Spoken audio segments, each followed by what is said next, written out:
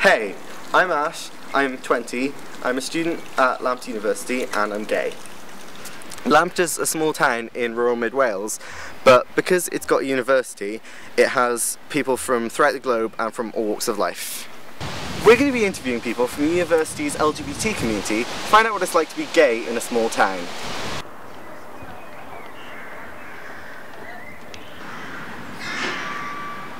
People live in the country, they're still going to have all the different social norms and values that people who live in the city do as well.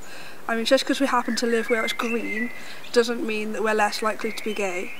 You go to a small village, you don't expect to see gay people everywhere, people acting as they would. Sort of city, it's more open, but yeah, here it's definitely a bit on the down low as opposed to being out there. I'm from a metropolitan community and to come to a rural one like Lampeter, it's not actually been a huge change. I'm not open about it at home as I am here. Over here I feel a lot more open about my sexuality and especially my gender. A psychologist called Alfred Kinsey discovered that roughly about 10% of the general population is gay, and about 80% can be some level of bi. However, if you're going to live in a rural community, you're going to have a smaller group of people there, so you're more likely to find people who are gay or openly bi within the cities. Literally, I suspect to be the only gay in the village, but there's surprisingly lots of gays here.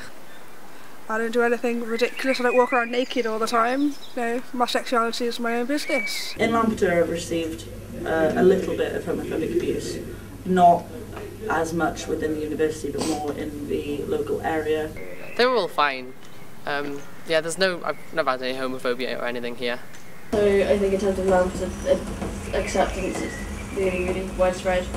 I've never had anyone turn around and say something to me because of my sexuality. The more evangelical side of the Christian community do denounce LGBT people, considering them.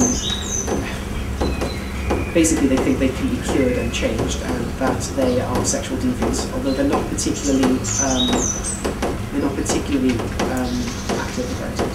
I think bi is definitely becoming a trend, especially, sorry, but drunk girls. They get a bit drunk, they snog a few other girls, sometimes to turn on a bloke, sometimes just to have a bit of an experiment, and it can be hard because people that are genuinely bisexual like myself, it's sort of like, oh, you're just doing it for attention, da-da-da-da, when generally it is your sexuality, and it can be quite difficult to be taken seriously in that aspect. Oddly, there is a lot of biphobia in Lampeter in comparison to homophobia, which I don't massively understand, but I've had a lot more abuse for being into both than I have for being in anything else, really. I found that people are more likely to call themselves gay or straight because they don't want to be identified as bisexual, because they feel that if they call themselves bi, they will be ostracised from both the homosexual and the heterosexual communities. Whatever you do is your own business. As long as they don't go rapey on me, I'll give a shit. The small size of the LGBT community means that a lot of the boys and girls, men and women inside the association and the university have basically been with each other.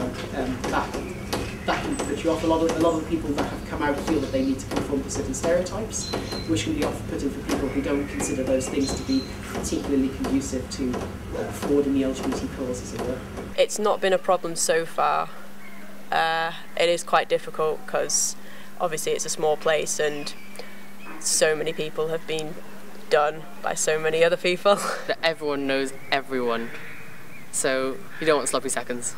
In regards to like actual physical needs, things like contraceptives and things like that, as part of the nighttime service we do give out free condoms, and we've purposely tried to have ones for homosexual males, so like they're stronger and they don't have spermicides and things like that. The LGBT community is pretty well catered for in university.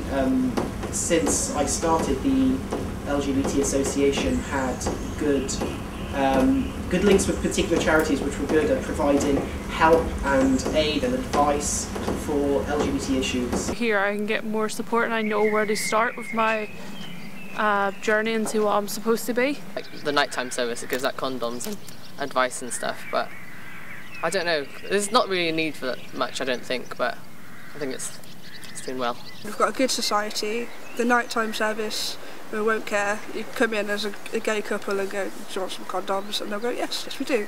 And no one's going to go, well, you're two boys, you can't have condoms or anything like that. There's always advice and leaflets up at night time, you know, for whatever sexuality you are.